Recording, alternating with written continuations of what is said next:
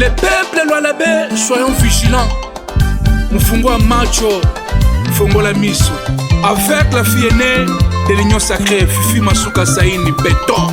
Et suit la vision du chef de l'État, Félix Antoine Tshisekedi Tshilombo Béton. Vive, vive, vive Fifi Masuka, le bon choix de Lualaba. C'est Fifi Masuka, la bâtissesse de Lualaba. C'est Fifi Masuka, la voyante. Mbote na ba Congolais nyonso tu ya mokili mobimba, mbote na ba Lualaba et ba Lualaba nyonso o boza kolanda biso partout dans le monde. Oyo bozolanda Ivana Tchanda la diva de la presse. Pour comprendre que les loto yendenge to yakate parce que to komi ko comprendre que Congo yango kolala kolamuka tozozo ba intouchable na kati ya Congo, tozozo ba intouchable na kati ya province ya Lualaba. Naye rapidement pour répondre na soi-disant honorable parce que député nous surtout azaka honorable té nana yebiso koza honorable à quoi honorer ba misusu té. Si vous étiez un honorable té allez aussi honorer les autres. Le coup là okoki ko honorer ba misusu té na ye ko répondre honorable ti dingi honorable ti tatakana honorable ti lengu si c'est ti mbonini je suis venu te répondre. C'est parce que tu comprends que na Lualaba ceux qui tozo pesa bino respect que tozo comprendre que boza na opposition ba critique ezali mais bino bozo linga ko comprendre que batu baza na majorité botike na bango musala na bango basala. S'il faut critiquer c'est pas insulter. Critiquer c'est ne pas injurier quelqu'un. Et comment soi-disant député okoki ko lekisaba niveau Obandako Finga, exécutif provincial, qui est gouverneur Fifi Masuka Saini. C'est parce que Ozana haine, c'est parce que Ozo se retrouve, c'est parce que Mastenayo, moi, na mainayo, Mutuno, Bozakoliane Mbongo, a détourné Mbongo à l'État, a Vandi, a Yebi Lokoline Longolien qui titulaire à Zalaki. Bandeko ba Congolais, pour comprendre que ce qui toye lelo, en tout cas, avant na Bandakoloba, nazo tele binona no boyoka. Un député provincial oyazo finga gouverneur. Pour nani parce que gouverneur aza mwasi yé aza mobali. Tant que tozo loba chaque fois que même mon konzambo kazo loba respect à la femme. Respect à la femme wana ezaka to respecter basi na bino botia na banda côté. Mais si toi tu as une mère et ozo finga mama ya baninga, c'est parce qu'aza gouverneur ya province azo mérité ba ma finga na yo. Au traité gouverneur Fifi Masuka na ba monyonso et bandi leloté bande na bino nyonso tout ya ba mouye juste bozaka wana présent pour na ko finga Fifi Masuka tongo midi poko lelo sikoyo ngonge beti ya ko répondre bien par ba vidéo té ngonge beti ya justice asala musala na ye parce que Fifi Masuka ndero ya cause la gouverneur ya province aza maman ya banebele aza mwasi ya mobali na ye azo mériter respect. Ndenge ba respecter moi signonso bozana ba maman ba bota bino qui peut accepter ba finga maman na ye quel que soit les lokoni maman na bango asali qui peut accepter ba finga moi si na ye quel que soit ma be moi si na ye asali malgré tout ce qu'elle fait na province à Lualaba azo mérité oyote trop c'est trop ba Congolais partout dans le monde sika bozolanda biso boyoka nanu ba propos il y a député provincial oyo azako s'attaquer na gouverneur en fonction gouverneur oyo kutu ba longolité ba retirer confiance c'est pas na été l'assemblée provinciale gouverneur ou azo sala misala belé na kati province lelo député azo ignorer que na Lualaba ata école moko etongamité or que biso ba ivana to uti Lualaba to uti ko lakisa bino ba réalisation to lakisi bino ba école boni etongami oyo bango batika salité be école lokwa mikuba oyo bango batika salité okoyeba kuteka école ezana kati ya province à Lualaba manika lelo bana bazotanga bango batiki eta école manika comment et un député oaza ko ignorer que Fifi Masuka azo sala lelo comme la province on dirait tambola kalikolo on dirait tambola kana sete on dirait mutu kana le kana babala bala Fifi Masuka za ko sala te J'ai même la honte de citer votre nom. Parce que vous s'est comporté le coup là. Tout le monde est comme ça, la malamouté. Tozo bandana bino boy. Le coup là, bino, bozo linga ba respecter bino. Bino de ba notable, ba honorable, ba autorité. Be soki ba nani, bino de ba nani. Donc to respecter bino. Fifi Masuka ndi aza katangese te. Donc Fifi Masuka zo mérité qu'on la respecter na bino te. Biso sikoyo ba yakasai. To koti makambango. Pour na kolakisa bino ke boko respecter Fifi Masuka. On si longtemps aza gouverneur ya province. Le coup la yende azana signature na kati ya province wana. Azo mérité qu'on la respecter. Même pas pour na aza gouverneur. Mais qu'on respecte kaza moi si. To kenena na malembe to yoka audio parce que ezaki interview na radio naye. Député à sala radio naye chaîne naye uniquement pour finga ka gouverneur. Depuis Fifi Masuka. Azala Fifi Masuka. Ti dingi oyo bozo yoka oyo atikala jamais qu'on respecte Fifi Masuka. Afinga ka Fifi Masuka kaka. Mais pourquoi expliquer dans la justice? Monsieur le député, droit nini we pesi au pouvoir. Ya ko finga ka autorité provinciale. Ya ko finga ka Fifi Masuka saini. Et asala yo nini? Olingo yebi c'est que Fifi Masuka za droité ya ko sala point de presse. Mais master na bino asala ba vidéo mi téléphone azo sekanaye azo kata sonité ya bela mbongo à l'état yibi. Nani apekisa ye? Nani apekisa ye? Et puis que Fifi Masuka aza gouverneur ya province. Aza na droit ko sala point de presse tongo mi dit pourquoi? Mais ce qui est vérité Fifi Masuka est blessé yo. C'est parce qu'elle a dit vérité. Et là qu'on dit ya malonga botike la kebiso na kati ya lwalaba. Et là qu'on dit bo sala ki na mbongo nyoso bo yibaki. Ce qui bino bo sala ki musala malonga na lwalaba Fifi Masuka linga sala musala belete. To pesi bino exemple école Mikuba o bino botika ki ezaki comment? Lelo école Mikuba eza ndenge nini? Ba image yango eza. Et voilà to yo kaye na bongo na ya ko répondre. Tu as fait quoi? En attendant, c'est bon, on a réhabilité des maçons. Bon, quand vous appelez ça conférence de presse, non, comme c'est ma folklore de presse. Parce qu'elle savait qu'elle était en face des gens qui se moquaient d'elle. Les journalistes, elle croit que ces journalistes étaient sincères avec elle. Mais pourquoi on me taclé, non? Ouais, on ne sait même pas comment Foussando. On voulait casser, mais il est ma idiotie. Oh, qu'est-ce qu'on n'a pas fait? Mais c'est qu'est-ce qu'elle a fait à Sandy? Ici, il est Koshi. Elle se moque de qui comme ça? Elle se moque de qui? Moi, je viens de là. Les écoles ont été réhabilitées. Mon mandat, il y a qui mon absence, il y a Richard Mouyej. Ataye Masomo Moya. J'ai dit Moya. Il est quoi réhabilité? Mais les journalistes, là, taclé Dieu, c'est même ma bêtise. Ici, il est Koshi. Elle se moque de qui comme ça? Elle n'arrête pas où qu'est-ce qu'on n'a pas fait à Sando? Qu'est-ce qu'elle a fait à Sando? À part Koueke Shabantu Makaliko. J'ai trouvé des calicots. Dans Makaliko, il y a une choka. Il y a une choka, il y a une choka, il y a une choka. Qu'est-ce qu'on n'a pas fait à Sando? Est-ce qu'on a eu ma tête pour Sando? Il y a une pas gouverneur full. Banam taclé à Sema. Vraiment, où Kunjo, Kukuba, vrai ministre, ba warrior. Makabli yote ya Nkamba basha kuibaka. Kwanzia tu hapa pa Kanzenze tika saji. Ba warrior beko mabiro. Le Lwalaba ne mérite pas ça. Le Lwalaba ne mérite pas ça. Chebantu bakiri tu kwako. Merci beaucoup. Bande kona banzi boyo ki ba insulte ba n'importe quoi oyo député chilengu lengu chijingi jingi autre bimisa à l'égard il y a gouverneur de la province. Mais je vais maintenant répondre, monsieur l'honorable, les lois là-bas ne méritent pas ça. Ndenge Otukolo. Oui. Loi là-bas, ils ont mérité ba député local la yote. Un député a Tony Samana N Makasi Boy. Depuis Mutuna yo, lokola Mouyej Alongwa yo au moni gouverneur Moussou te. Monsieur, détrompe-toi. Et je t'ai dit, Mouyej a kozonga gouverneur de la province la bate. Mata kita. Au moins que justice est à l'amboko yote. Ozaka ya kotika musala na yo ki député. Kende Lukaso qui province Moussou kende comme député kuna. Pour na loi là ba Fifi Masuka za gouverneur. Et tu dois accepter. Il y a qu'on respecter Fifi Masuka Saïn.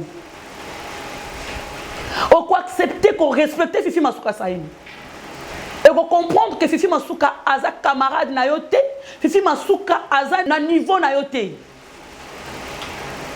Compétence ya Fifi Masuka yote que député oza mobile mokoko sala ngote. Depuis Mouyage Alonga, depuis Mouyage atikela kibiso nini? Dis-nous. Explique-nous. Biso kutu baye toza ba kolo province te mais to komi na province to luli province. Tomoni ba veni ba balabala nyoso tout baza ko timbola baza ko sala misala. Mais comment yo okoza na en makasi boy? Attends ba province to vandi ya Kinshasa, ce n'est pas le cas. Hein, tikana lo bango à haute voix. Ce n'est pas le cas. Nani akoko travailler ba chantier belé boy na mbala moko. Comme Fifi Masuka est en train de le faire na province là-bas. Messieurs, ozo mérite même pas 1% de respect nanga. Loko yo simbi Fifi Masuka moi si loko langa. Nazo tande or ya gouverneur à province. Nazo tsaye mama ya bana na ye. Azo mérite respect makasi. Yo ko ki lobela Fifi Masuka de la sorte. Qui est-il? Et puis nani a pesi au pouvoir wana? Nani a pesi au pouvoir wana? Non.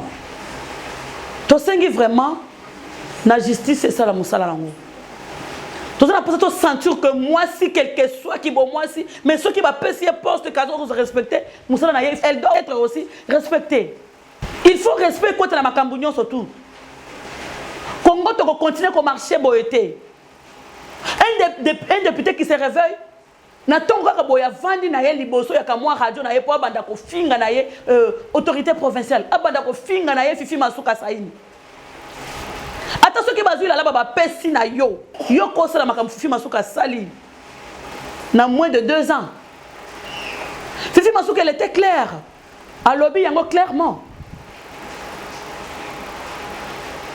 Nazo tika to landana no maloba ya directeur ya cabinet ya gouverneur Fifi Masuka saini. Na interview na ye ba akorda ki yelelo toyoka le professeur John Toka bongo na zongele bino pour na couper sa message à Suka na monsieur le député oza ko se sentir comme tout puissant oza tout puissant na ba insulte mais yeba ke ben jure eza ba arme ya ba faible tu te sens déjà faible au milieu que oza déjà faible boko ko salelo ko mon côté aussi longtemps que mbongo ya l'état oyo bo détourna 400 millions de dollars ti lelo nan to mona yango te boko salelo ko mon côté aussi longtemps que Fifi Masuka a vendu wana za na signature à Suka ya province pour au salelo ko na province il faut signature Fifi Masuka saini o ko pesa ye respect ce qui yo oyeba ki ne ba respectera moi j'espère justice à quoi prendre comment ko respecter moi si ya motu. Et voilà, toujours le canal de message, il y a professeur John Toka. Bon, on a zongé bino pour nous clôturer émission. Merci. C'est avec beaucoup de regrets, beaucoup d'insatisfaction, beaucoup de mécontentement que mon cabinet et moi-même avons suivi cette émission qui s'est tenue aujourd'hui, ce matin, à la radio Top Lualaba, merci, laquelle radio est géré par M. Donat Chimboj, professeur de son état, député provincial. Des propos discourtois, injurieux à l'intention de l'autorité provinciale, son excellence madame. L'autorité d'avoir été ivre. Et c'est vraiment désolant. Face aux journalistes. Nous avons estimé qu'il fallait répondre les imbéciles par les silences. Mais nous estimons aujourd'hui que les imbéciles ont débordé. Ils ont dépassé la limite. Ces degrés de la toxicomanie devaient être soignés et que nous puissions protéger non seulement la personne de l'autorité provinciale, mais aussi l'honneur de toute une province. On ne peut pas comprendre qu'en 2022, au XXIe siècle finissant, qu'un professeur d'université se permette de considérer l'autorité provinciale, bien qu'il faisant l'intérim, comme idiote, comme ivre, comme, je ne sais pas... Il dit avoir répondu aux idioties. Non, je crois qu'à un certain moment, nous devons nous respecter mutuellement. Nous prendrons toutes nos responsabilités pour que justice soit faite, Mais nous pensons que M. Chimboge devra avoir un peu du respect pour les gens. Il doit avoir du respect, que ce soit sur le plan humain, que ce soit sur le plan physique et même spirituel, que ce soit sur le plan financier, économique. Il n'a pas de niveau à égaler à l'autorité provinciale, Madame Son Excellence Fifi Masuka Saini. Il n'y a pas de débat à ce niveau-là. Donc, il est libre de s'exprimer, nous sommes en démocratie, mais il doit savoir que l'autorité doit être respectée. Nous sommes des Africains, nous sommes des Congolais, nous sommes de Lualabé, et nous avons appris le respect des aînés, le respect du chef. On ne peut pas se réveiller un matin et considérer un chef comme une folle, comme une idiote, comme un imbécile. Même si vous n'êtes pas de la même logique que l'autorité, je crois que ça, c'est dépasser les bords. Pour nous, nous considérons que c'est une infraction consommée. Les cabinets de Son Excellence Madame le Gouverneur et tous nos partenaires avons décidé de saisir la justice pour que nous puissions faire en sorte que l'intégrité, le respect, l'honneur de notre chef soit vraiment, je vais dire, honoré par tous. Est-ce qu'il appartient à un député comme lui de choisir les priorités de l'autorité provinciale? Est-ce qu'il appartient à Chimboge aujourd'hui de décider quand est-ce que l'autorité doit organiser un point de presse ou pas? Il a quelle qualité, lui?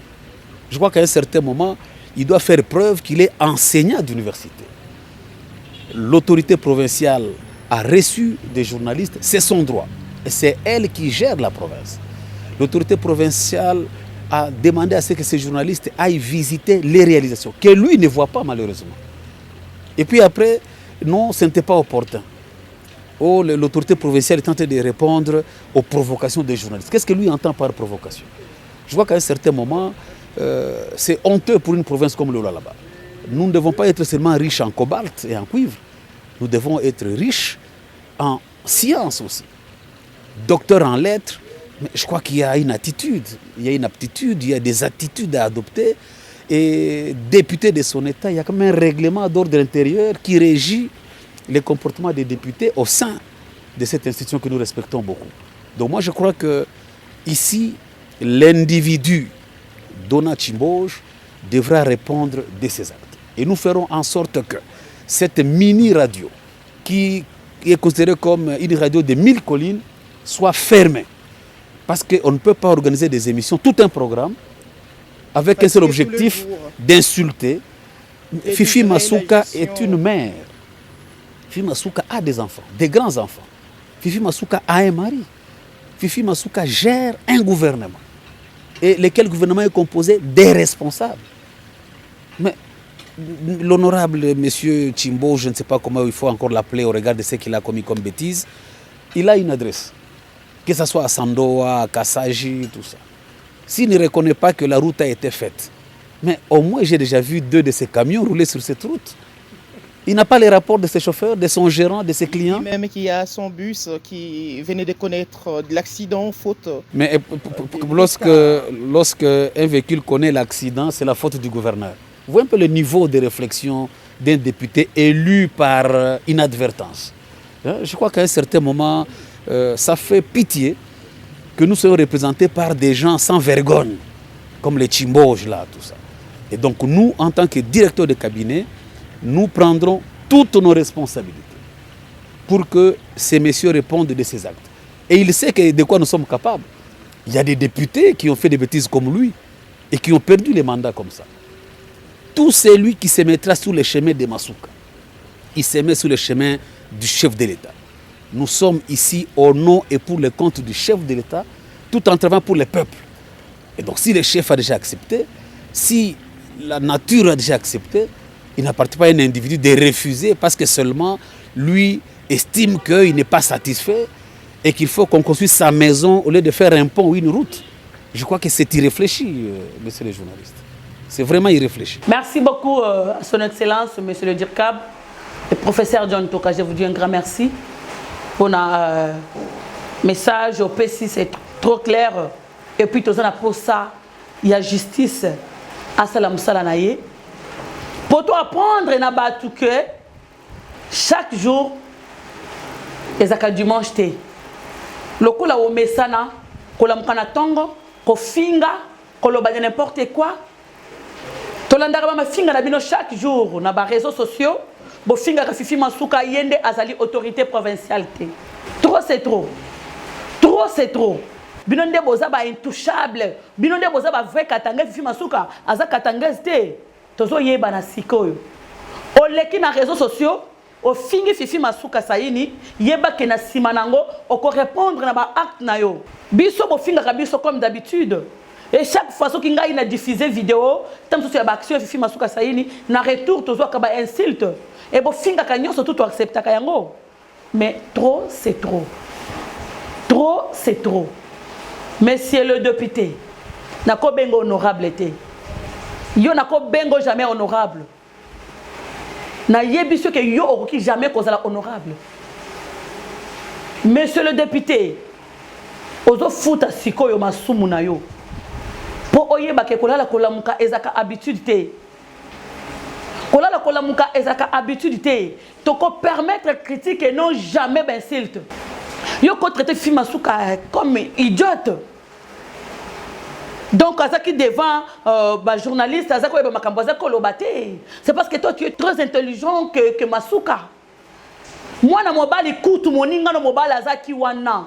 Tala Fifi Masuka ndenga pesi bino devoir. Bozaki wana bosala ki eloko nini bosala ki na province alolaba. Nebela ba millions ya dollars bino bozui. O bino bo yibi. Ba détourneur, ba bande ya ba détourneur. Boko yoka sonité na o bino bosala na province alolaba. Merci beaucoup. Mingi vraiment recommander zate. Mais to sengi vraiment la justice. Basala musala. Ander ya kozala gouverneur Fifi Masuka saini Masuka aza mama lokola mama nyonso tout azo mériter respect na ye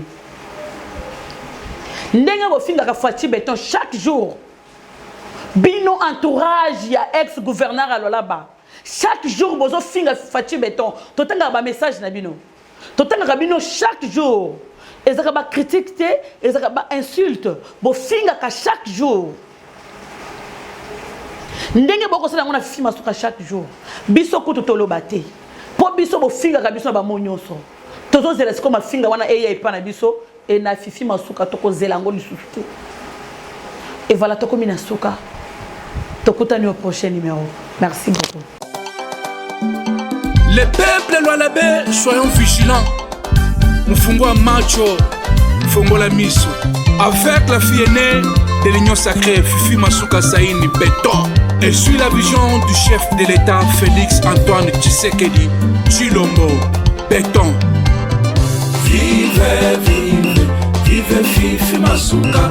Le bon choix de Lualabé, c'est Fifi Masuka. La bâtissesse de Lualabé, c'est Fifi Masuka. La voyante.